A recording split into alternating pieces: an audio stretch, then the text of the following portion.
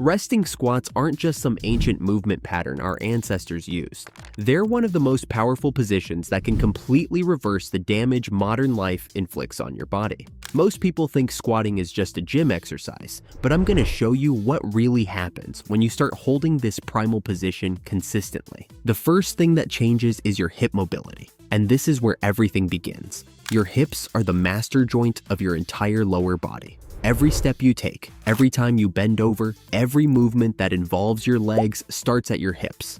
But modern life has turned most people's hips into rusted hinges. You sit for 8 to 10 hours a day, and your hip flexors get shorter and tighter with every passing hour. Your glutes shut down, your hip capsules stiffen up, and your body starts compensating in ways that create pain everywhere else. The resting squat attacks this problem at its root. When you drop into that deep position and hold it, you're putting your hip joint through its full range of motion while under load. Your hip flexors get a sustained stretch. Your hip capsules start opening up, and all those tiny muscles around your pelvis that have been locked up for years finally get the signal to relax and lengthen. Research shows that deep squatting positions significantly improve hip flexion range of motion and reduce hip impingement symptoms. This isn't just about being more flexible. This is about restoring the fundamental movement pattern that your body was designed around. When your hips can move freely again, everything else in your kinetic chain starts working better. Have you ever noticed how some people walk like they're wearing invisible leg braces? Short, choppy steps, no hip extension, moving like their pelvis is locked in concrete?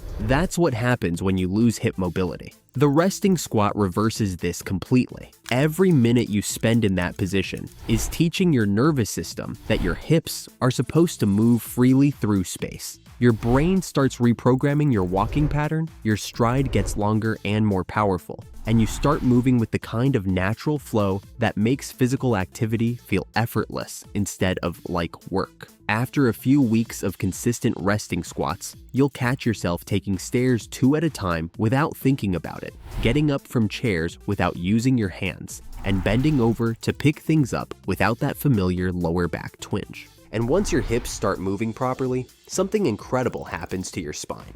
The resting squat is one of the few positions that actually decompresses your vertebrae while you're awake. When you sit in a chair, you're compressing your spine. When you stand with poor posture, you're compressing your spine. When you walk hunched forward, you're compressing your spine.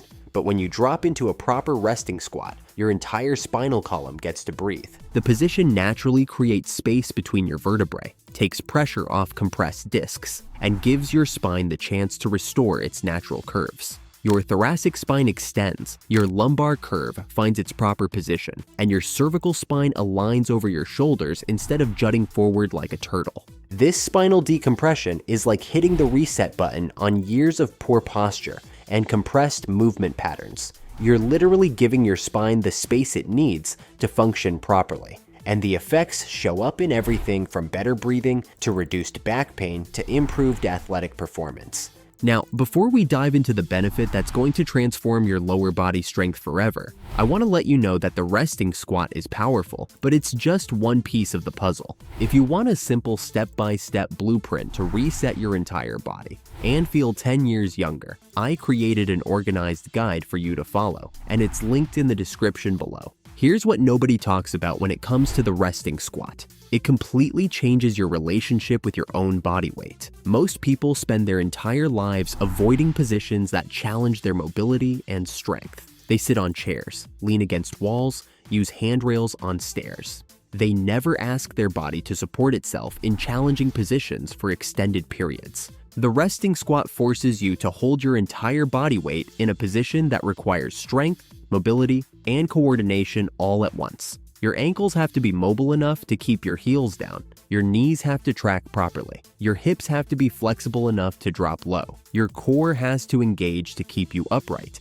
And your entire posterior chain has to work to maintain the position. This full body integration is what separates people who move like athletes from people who move like they're held together with duct tape. You're training your body to work as one connected system instead of a collection of parts that sometimes cooperate. But here's where it gets really interesting. The resting squat builds what I call natural knee armor. Your knees are surrounded by muscles that are supposed to act like dynamic stabilizers, absorbing impact and controlling movement. But when you never challenge these muscles in deep ranges of motion, they get weak and stop doing their job properly. Every minute you spend in a resting squat is strengthening your vastus medialis, your hamstrings, your calves, and all the small muscles that surround your knee joint. This creates a living, breathing support system that protects your knees better than any brace ever could. You're building the kind of knee stability that lets you jump, run, change direction,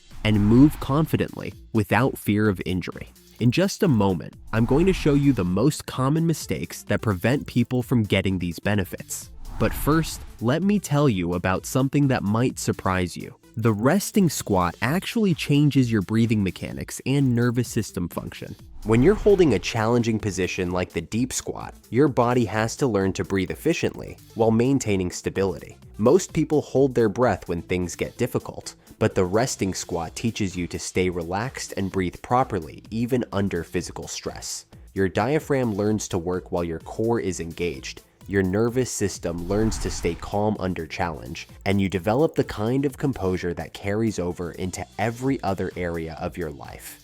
There's also a mental component that's impossible to quantify, but everyone feels. Holding a resting squat when your muscles are burning and your brain is telling you to stand up builds mental toughness in a way that's different from any other exercise. You're not moving, you're not doing reps. You're just being present with discomfort and choosing to stay in the position anyway. This teaches you that you can handle more than you think, that discomfort is temporary, and that your body is capable of far more than your mind wants to believe. That confidence bleeds into everything else you do. Now let's talk about the mistakes that keep people from experiencing these transformations. The biggest error is trying to force depth before building the necessary mobility. If your heels pop up off the ground and your back rounds into a C shape, you've gone too deep too fast. You're not getting the spinal decompression or hip mobility benefits. You're just reinforcing bad movement patterns. The second mistake is not using assistance when you need it. There's no shame in holding on to a door frame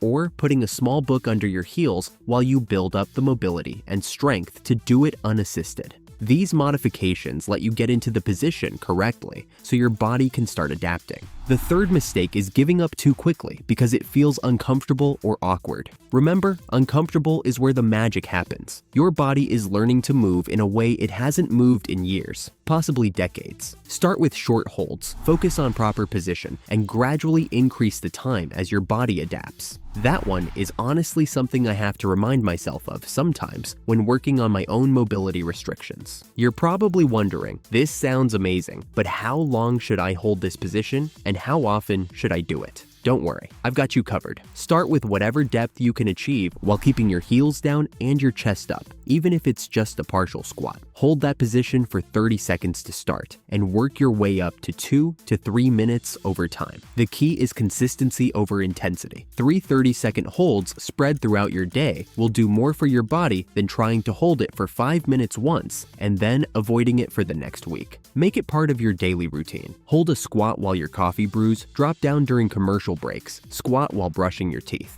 By the time you've been doing this consistently for a month, the changes will be undeniable. Your hips will move freely, your spine will feel decompressed, your knees will feel stable and strong, and you'll move through life with the kind of natural grace that comes from having a body that works the way it was designed to. Share this video with someone who's ready to rediscover what their body was meant to do.